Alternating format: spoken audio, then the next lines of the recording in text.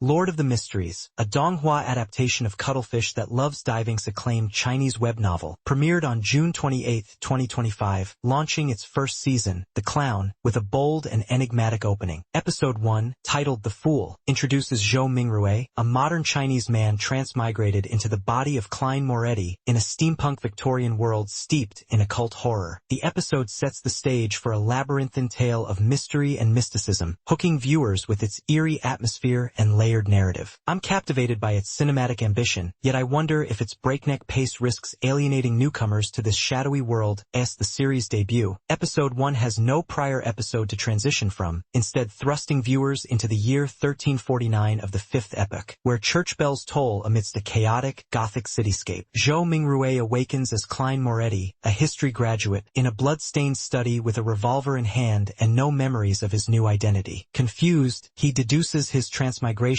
from modern Earth to this alternate world. Investigating a notebook with cryptic text, Klein performs a luck-enhancing ritual, inadvertently transporting himself to a foggy, ethereal realm where he encounters two strangers, Audrey Hall and Alger Wilson. Posing as a godlike entity called the Fool, he forms the Tarot Club to probe this world's secrets. Back in reality, Klein's ritual draws the attention of the Nighthawks, a supernatural organization, who test him in a dream and invite him to join their ranks. The episode ends with Klein stepping into a dangerous new path, leaving viewers steeped in intrigue. Episode 1 propels the narrative forward by establishing Klein's disorienting entry into a steampunk world fraught with mystery. The revelation of his transmigration and the formation of the Tarot Club are pivotal, setting up the series' core conflict. Klein's quest to unravel his situation while navigating a world of supernatural dangers. The episode fulfills its role as a pilot by introducing the Beyonder system and key factions like the Nighthawks, raising questions about Klein's predecessor's suicide and the notebook's ominous message, "Everyone will die, including me." However, I find the pacing excessively rapid, cramming extensive exposition, covering roughly 14 chapters of the novel into 35 minutes. This rush sacrifices breathing room for viewers to process the dense lore, leaving me frustrated despite the intriguing setup. I think a slower build would have deepened the mystery's allure, but the episode undeniably hooks with its unanswered questions. Klein Moretti, voiced by Shangxing Sui, is the episode's heart, his confusion and cautious intellect anchoring the chaos. His internal monologue, piecing together his transmigration, reveals a methodical mind, a refreshing departure from typical Ice Guy protagonists who leap into action without thought. Sui's performance, shifting from bewilderment to calculated confidence as Klein adopts the Fool persona, is a standout, making his duality compelling. Audrey Hall and Alger Wilson, codenamed Justice and the Hanged Man, appear briefly but hint at complex motivations, their cryptic dialogue in the foggy realm suggesting hidden agendas. I appreciate Klein's realistic caution, but I'm disappointed by the lack of depth for secondary characters, whose fleeting appearances feel like narrative placeholders. Their actions align with the story's mysterious tone, but I hope future episodes flesh out their roles. The episode explores themes of identity, knowledge, and the unknown, using Klein's transmigration to question what defines the self in a foreign body. His decision to pose as the Fool reflects a universal struggle, crafting an identity under pressure, akin to navigating a new job or culture with only fragments of understanding. The occult horror elements, tied to the notebook and ritual, evoke humanity's fear of forces beyond comprehension, reminiscent of Lovecraftian dread. I'm struck by how the episode balances these heavy themes with subtle humor in Klein's inner thoughts, preventing the tone from becoming oppressively grim. Yet, I think the rushed pacing undercuts the emotional weight of Klein's identity crisis, making it feel more functional than profound. Episode 1 lays a rich foundation for its Victorian-inspired world, blending steampunk machinery, airships, gas lamps, with occult elements like potions and divination. The introduction of the Beyonder system, where humans gain supernatural powers through 22 pathways, is a fascinating mechanic, emphasizing knowledge over brute strength. The narrator's explanation of pathways and the Nighthawk's role hints at a complex society with warring churches and secret societies. I really appreciate the detailed 3D backgrounds, like the Gothic cityscape, which ground this fantastical world in tangible grit. However, I'm against the rapid-fire delivery of terms like Beyonders and Antigonus Family's book, which overwhelms rather than intrigues. A more gradual reveal would have made the world-building feel organic. The dialogue is a mixed bag. Klein's internal monologue is sharp and engaging, blending wit with analytical depth as he decodes his situation. His exchange with Audrey and Alger in the Tarot Club is laden with cryptic tension, hinting at their roles in a larger game. However, I don't think the expository narration works as well, dumping complex terms without context, which which feels like a lecture rather than storytelling. The writing excels in building suspense, particularly in the notebook's chilling line, but I'm frustrated by its reliance on speed over clarity. I think a more measured script would have elevated the episode's impact, making the mystery more accessible to newcomers. Khmer Pictures delivers a visually stunning episode, with over 30,000 frames crafting a cinematic experience. The Gothic cityscape, with its rain-soaked streets and looming spires, is breathtaking, evoking a steampunk London steeped in dread. Klein's facial expressions, from shock to cautious resolve, are fluid and nuanced, enhancing his relatability. The foggy realm scene, with its ethereal light and swirling mist, is a visual highlight, though I notice the fog effects occasionally feel overdone, flattening the contrast. Episode 1 evokes a potent mix of curiosity, unease, and intrigue, pulling viewers into Klein's disorienting reality. The moment he stares into the mirror, realizing he's in a stranger's body, is haunting, resonating like waking up to a life you don't recognize. The Tarot Club's formation, shrouded in fog, feels like stumbling into a secret you weren't meant to know, leaving a lasting impression of cosmic dread. I'm thrilled by the episode's ambition, but I'm frustrated by its rushed pacing, which dulls the emotional weight of Klein's plight. It prompts reflection on identity and survival, though I think a slower build would have deepened its impact. Will you feel the same chill when Klein steps into the unknown? The episode's central lesson is about navigating the unknown with cunning rather than force. Klein's cautious approach to his transmigration reflects a universal truth. In a world of uncertainty, knowledge and adaptability are the true paths to power, a lesson that resonates in our own unpredictable lives. Lord of the Mysteries Episode 1 is a visually spectacular and narratively ambitious debut, excelling in its gothic aesthetic, stellar voice acting, and intricate world building. Strengths include Sway's compelling performance, the haunting soundtrack, and the vivid steampunk visuals, which create an immersive atmosphere. However, the breakneck pacing and heavy exposition are notable weaknesses, risking confusion for viewers unfamiliar with the novel. I think the episode achieves its goal of hooking viewers with mystery, but I'm against its rushed approach, which sacrifices emotional depth for spectacle. Overall, it's a promising start, and I anticipate future episodes will slow down to let the story breathe, potentially cementing Lord of the Mysteries as a Donghua masterpiece. The focus shifts to Klein's initiation into the Nighthawks and his first steps as a Beyonder, navigating a world where knowledge is both power and peril. I'm struck by the episode's blend of tension and intrigue, a slow-burning fuse that ignites curiosity, though I wonder if its dense world-building risks overwhelming its emotional core. Picking up from Episode 1's cliffhanger, where Klein's ritual drew the Nighthawks' scrutiny, Episode 2 follows his cautious integration into their ranks as a seer. Klein, under the watchful eye of Captain Dunn Smith, investigates a series of mysterious deaths tied to the Antigonus family's notebook, uncovering a lead about a cult. He meets Benson and Melissa, his siblings in this world, revealing glimpses of Klein's past life. The episode introduces the Seer Pathways abilities, as Klein experiments with divination, while the Tarot Club reconvenes in the Foggy Realm, with Audrey and Alger probing their enigmatic leader. A cryptic clue about a clown potion sets Klein on a dangerous path, ending with a chilling encounter that hints at a larger conspiracy. This transition from the premiere's frenetic setup to a more grounded exploration of Klein's new reality sharpens the narrative stakes. Episode 2 advances the clown arcade by grounding Klein's journey in the Nighthawks world, establishing his role as a seer and deepening the mystery of the Antigonus notebook. The revelation of the notebook's connection to a cult is a pivotal turning point, hinting at a broader supernatural conspiracy. I appreciate how the episode balances Klein's investigation with his personal life, tying his actions to the larger arc of uncovering his predecessor's fate. It resolves minor questions from Episode 1, like the Nighthawks' intentions, while raising new ones about the clown potion and the Tarot Club's true purpose. However, I find the pacing uneven. The investigation scenes move briskly, but domestic moments with Benson and Melissa feel protracted, slowing the momentum. I think the episode fulfills its role as a bridge to deeper mysteries, but its occasional sluggishness risks diluting the tension. Klein Moretti, voiced by Shangxing Sui, remains the narrative's anchor, his analytical mind and cautious demeanor revealing a man wrestling with his dual identity. His subtle shift from confusion to calculated risk-taking, especially when experimenting with divination, shows growth, though I'm impressed by how Sui's voice captures Klein's quiet anxiety beneath his confident facade. Benson and Melissa Moretti, Klein's siblings, add emotional depth. Benson's protective pragmatism and Melissa's quiet curiosity, voiced with warmth, ground Klein's stakes. Dunn Smith, the Nighthawk captain, exudes stoic authority, but I'm disappointed his character feels functional, lacking the depth to match Klein's complexity. Audrey and Alger's brief Tarot Club appearance reinforces their cryptic motives, though I don't don't think their limited screen time allows significant development. Klein's actions align with his established cunning, but I hope secondary characters gain more focus soon. The episode delves into themes of identity, deception, and the pursuit of knowledge, using Klein's role as a seer to explore the tension between truth and pretense. His masquerade as the fool mirrors real-world moments of wearing a mask to survive, like navigating a high-stakes job interview with feigned confidence. The occult undertones, tied to the Notebook and cult, evoke a Lovecraftian fear of forbidden knowledge, questioning whether understanding can be more dangerous than ignorance. I'm struck by how Klein's interactions with his siblings highlight the theme of belonging, asking, "Can you forge a home in a world that isn't yours?" I think the episode conveys these themes effectively through Klein's cautious steps, though I wish it leaned harder into the emotional weight of his isolation. The episode expands the steampunk Victorian world with vivid details about the Beyonder system, particularly the seer pathways divination mechanics, which emphasize precision over power. The Nighthawks' role as supernatural enforcers, governed by the Evernight Goddess's Church, adds depth to the societal structure, while the cults mention hints at a shadowy underbelly. I really appreciate the atmospheric depiction of Tinjin City, with its gaslit streets and looming cathedrals, evoking a gothic Sherlock Holmes tale. However, I'm against the rapid introduction of terms like Sequence 9 and acting method, which feel like jargon dumps that could alienate newcomers. The world building is rich but occasionally heavy-handed, and I anticipate a more organic integration in future episodes. The dialogue shines in Klein's introspective monologues, blending wit and tension as he decodes his new reality, reminiscent of a detective unraveling a case. His exchanges with Dunn are sharp, laced with cautious respect, though I find the cult-related exposition clunky, prioritizing plot over natural flow. The writing excels in subtle moments, like Klein's hesitant warmth with Melissa, but I don't think it balances its dense lore with emotional resonance. I'm frustrated by the reliance on narration to explain Beyonder mechanics, which feels like a crutch. A tighter script could have woven these details more seamlessly, but the writing still captivates with its mysterious undertones. Khmer Pictures delivers a visually impressive episode, with Tinjin's cobblestone streets and smoky skies rendered in crisp 3D detail. Klein's divination scene, with swirling tarot cards, is a standout, its fluid animation capturing the ritual's mystique. The character designs, faithful to the novel's descriptions, are striking. Klein's monocle and tailored suit exude Victorian flair. However, I notice minor inconsistencies in crowd scenes, where background characters lack the polish of foreground action. A haunting moment, where Klein glimpses a shadowy figure in a dream, is visually gripping, though I think overused fog effects slightly dull the impact. I really appreciate the gothic aesthetic, but refining secondary animations could elevate the experience. Director Kashiong employs tight close-ups and moody lighting to amplify the episode's tension, particularly in Klein's divination, where a slow pan across glowing cards builds suspense. The Nighthawk headquarters, framed in stark shadows, evokes a noir-like atmosphere, enhancing the investigative mood. However, I don't think the rapid cuts during the dream sequence work as well, creating disorientation that feels unintentional. I appreciate the use of muted colors to mirror Klein's uncertainty, but smoother editing could enhance narrative clarity. The direction crafts a compelling atmosphere, though it occasionally sacrifices coherence for style. Episode 2 evokes a blend of intrigue, unease, and quiet warmth, pulling viewers into Klein's precarious journey. The moment he shares a meal with his siblings, his guarded warmth clashing with his alien identity, is deeply moving, resonating like a moment of connection in a foreign land. The dream encounter with a shadowy figure is chilling, leaving a lingering sense of dread. I'm thrilled by the episode's mysterious allure, but I'm frustrated by its dense exposition, which tempers emotional resonance. It prompts reflection on navigating unfamiliar worlds, though I think a slower pace could have deepened its impact. Will you feel the same weight as Klein dons his mask? The episode's central lesson is about the power of deception as a tool for survival. Klein's masquerade as the fool reflects a universal truth. Sometimes, we must wear a mask to navigate a world that demands more than we can give, a poignant lesson for anyone adapting to new challenges. Lord of the Mysteries Episode 2 is a compelling continuation, excelling in its atmospheric visuals, Sway's stellar performance, and rich world building. Strengths include the gothic aesthetic, immersive sound design, and Klein's nuanced growth, which ground the complex narrative. However, the uneven pacing and heavy exposition are notable weaknesses, risking viewer overload. I think the episode succeeds in deepening the mystery and establishing Klein's path, but I'm against its rushed lore delivery, which sacrifices emotional depth. Overall, it's a strong chapter that builds anticipation, and I anticipate future episodes will refine the balance between intrigue and clarity, potentially making this donghua a standout in the genre.